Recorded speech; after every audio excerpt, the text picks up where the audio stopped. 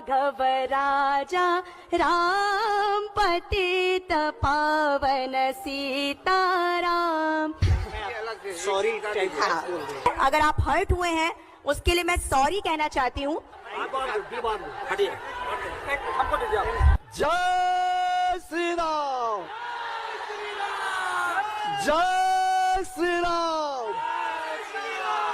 जय श्री राम। का कि जो जिस तरह का माहौल, जिस तरह की मतलब बोल सकते हैं माहौल बन गया था, मुझे लगा कि यहाँ पे अगर मेरे सॉरी बोल देने से अगर ये लोग शांत हो जाते तो चलो मैं सॉरी ही बोलती हूँ, लेकिन मेरी जो आत्मा है वो कहीं से गवाही नहीं दे रही थी कि मैं इस बात के लिए सॉरी बोलूँ। इसलिए मैंने उनको बोला कि अगर ये जो मैंने गीत गाया है या भजन गाया है, इससे हर्ट होने की आपको कोई ज़रूरत नहीं है, लेकिन अगर आप हर्ट फिर भी हो रहे हैं तो मैं आपको सॉरी कहती हूँ। और ये हमारा भारत देश जो है वसुधैव कुटुंबकम की बात कहता है। महात्मा गांधी से इतनी नफरत, बापू के भजनों से इतनी नफरत, और फिर अगर आपको कोई गोडसे पुत्र कहता है तब आपको दिक्कत होती है। जो पटना के अंदर लोक गायिका देवी के साथ हुआ वो शर्मनाक है। जी हां, देवी गा रही थी ईश्वर अल्लाह तेरो नाम सबको सम्मति दे भगवान। सही मायने में यह भजन उस सभागार में भारतीय जनता पार्टी के कार्यकर्ताओं के लिए था। दोस्तों नमस्कार, स्वागत है आपका न्यूज लवर के एक और नए वीडियो में। दोस्तों, अटल बिहारी की जयंती पर देवी गायिका जो बीजेपी के द्वारा इनवाइट की गई थी और वो अटल बिहारी समारोह में आई और उन्हें अटल सम्मान से सम्मानित भी किया गया। लेकिन जब वह बापू का भजन गाना शुरू किए तो ईश्वर अल्लाह तेरे नाम जब उन्होंने गाया तो इसको लेकर के वहाँ जो बीजेपी के कार्यकर्ता जो शामिल थे उस समारोह में, उन लोगों ने इसका विरोध किया। और विरोध करने के बाद उन्होंने कहा कि आप जय श्री राम की जगह पे अल्लाह का नाम क्यों ले रही हैं। इसको लेकर के देवी को माफ़ी मांगने की भी कहा गया और देवी ने इसको लेकर के माफ़ी भी मांगा और जय श्री राम का नारा भी लगाया। और वहीं देवी ने अपने आत्मा से ये जरूर पूछा होगा कि उनको इतना दुख क्यों हुआ था। आइए जानते हैं इस वीडियो में कि किस तरह से उनसे माफ़ी मंगवाया गया। तो चलिए देखते हैं वीडियो में और हम आपको मिलते हैं वीडियो के अंत में। माननीय अश्विनी चौबे जी के यहाँ से इन्विटेशन आया था कि अटल जी की जो 100वीं वर्षगांठ है उसके अवसर पे सम्मान समारोह किया जा रहा है और उसमें मुझे भी विशिष्ट अटल सम्मान देने की बात हुई थी और इसके लिए ही मुझे वहाँ आमंत्रित किया गया था। उनकी जो बहू है विजेता जी, उन्होंने भी मुझे कॉल किया और मैं मुंबई से वहाँ पे पहुँची बापू सभागार में। और जब मुझे सम्मान मिल गया डिप्टी सीएम विजय कुमार सिन्हा जी के हाथों जी, तो फिर उन लोगों ने कहा कि एक भजन भी आपको गाना चाहिए जब आप आई हैं इस मंच पे। तो फिर मैंने जब भजन शुरू किया तो शुरू में तो सब कुछ ठीक रहा, लेकिन जैसे ही ये लाइन आई ईश्वर अल्लाह तेरो नाम सबको सन्मति दे भगवान, कुछ लोग हंगामा करने लगे। कौन? बहुत ज्यादा हंगामा करने लगे और मतलब ये मेरे लिए भी बहुत वो मैं उनको नहीं जानती हूँ कौन लोग थे, कुछ ग्रुप ऑफ पीपल थे और उन लोगों ने अचानक से ये हंगामा मतलब सामने ऑडियंस से शुरू कर दिया। और उसके बाद क्या होगा कि मंच पे जो लोग बैठे हुए थे वो लोग भी अफरा तफरी में आ गए कि आखिर ये हंगामा कैसे शुरू हो गया, कैसे इनको कंट्रोल किया जाए। तो कई तरह के सजेशंस मेरे सामने आने लगे। कुछ लोगों ने कहा कि देवी आपको शायद सॉरी बोलना चाहिए ताकि ये जो पब्लिक है जो जिस तरह से हल्ला कर रही है ये शांत हो जाएगी। और मेरे सामने भी ऐसी दुविधा हो गई थी क्योंकि माननीय अश्विनी चौबे जी मुझे बेटी कह के संबोधित करते हैं। उनके जो बेटा है उन्होंने बहन कह के मुझे मंच पे बुलाया और मुझे लगा कि अगर ये हंगामा बढ़ता है तो कहीं ना कहीं इस प्रोग्राम का जो स्वरूप है वो बहुत ही बिगड़ जाएगा।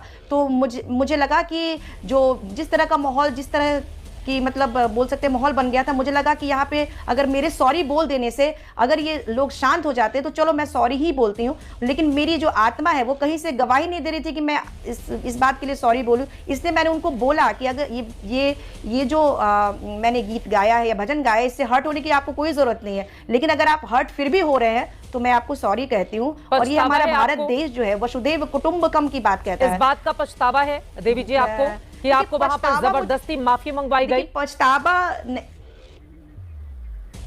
देखिए, जबरदस्ती इसको नहीं कह सकते। मैं ये कहना चाहती हूँ कि वो लोग जो लोग वहाँ पे थे उन लोग को भी ये इतना अनएक्सपेक्टेड घटना घटी जिसको समझ में नहीं आ रहा था कि कैसे इसको रोका जाए। लोग कुछ लोग, मुझे भी ऐसा लगा कि ऐसा ना हो कि लोग यहाँ पे तोड़फोड़ शुरू कर दे, कुर्सियाँ टूटने लगे।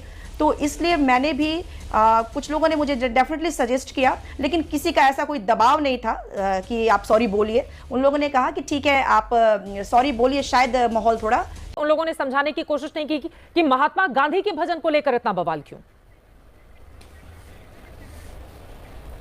देखिए ये बहुत ही शर्मनाक बात है, क्योंकि मतलब गांधी जी जिस भजन को सुनते रहे हैं और ये हर इम्पॉर्टेंट जो भी कार्यक्रम होता है वहाँ पे ये भजन गाया जाता है, सुना जाता है, और उस भजन पे आपत्ति हो, ये अपने आप में बहुत ही शर्मनाक बात है।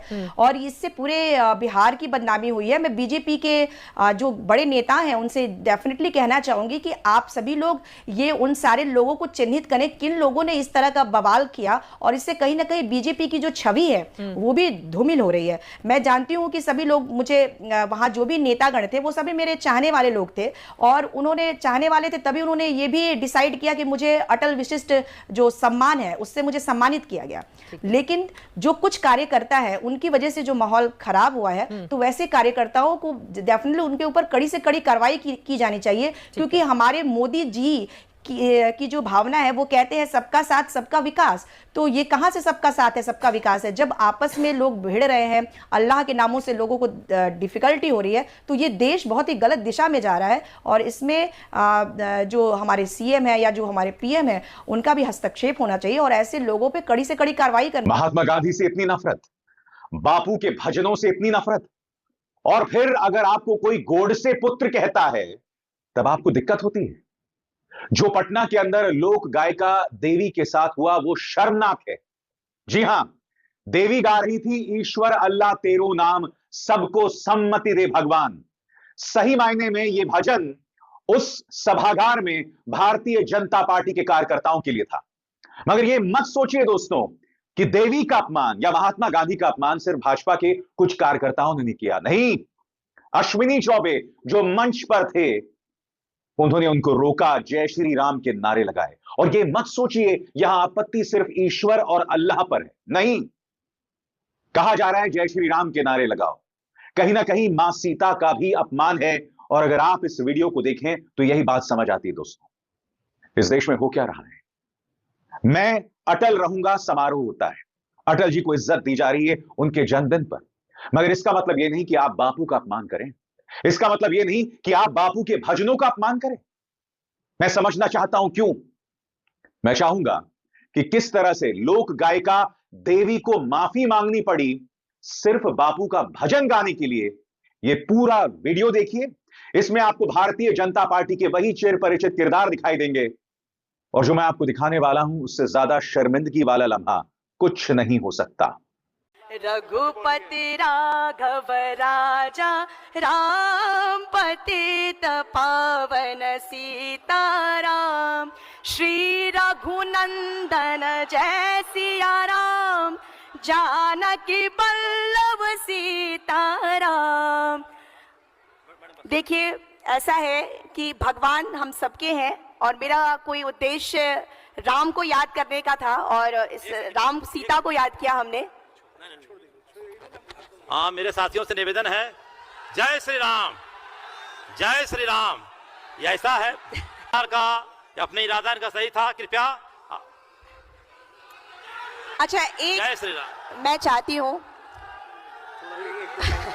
सॉरी, हाँ, देखिए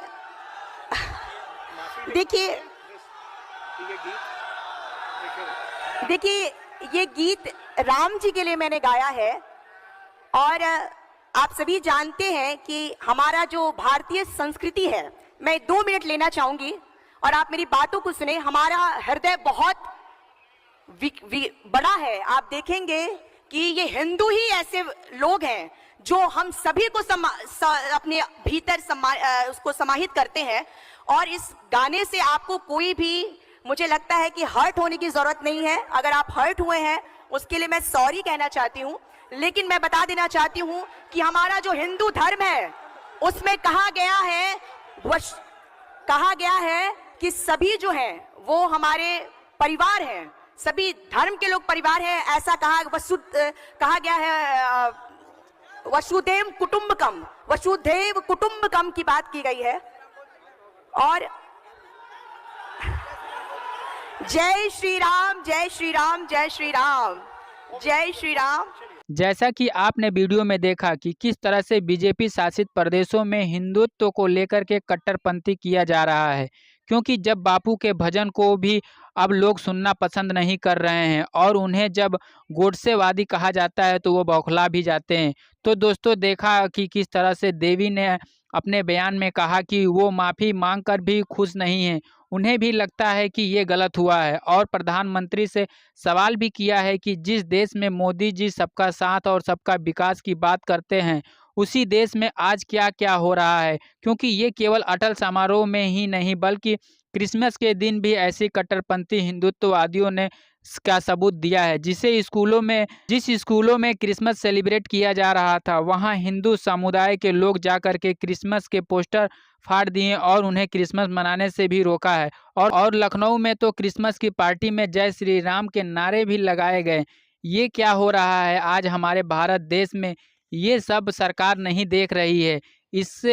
इस पर कोई रोक नहीं लग सकता है, क्योंकि भारत में तो वासुदेव कुटुंबकम कहा जाता है। क्या यही है सबका साथ? तो दोस्तों आपको क्या लगता है नीचे कमेंट बॉक्स में लिखें। वीडियो अच्छी लगी हो तो वीडियो को लाइक शेयर और हमारे चैनल को सब्सक्राइब जरूर करें। हम आपको फिर मिलते हैं एक नए वीडियो में, तब तक के लिए नमस्कार, आपका दिन शुभ हो।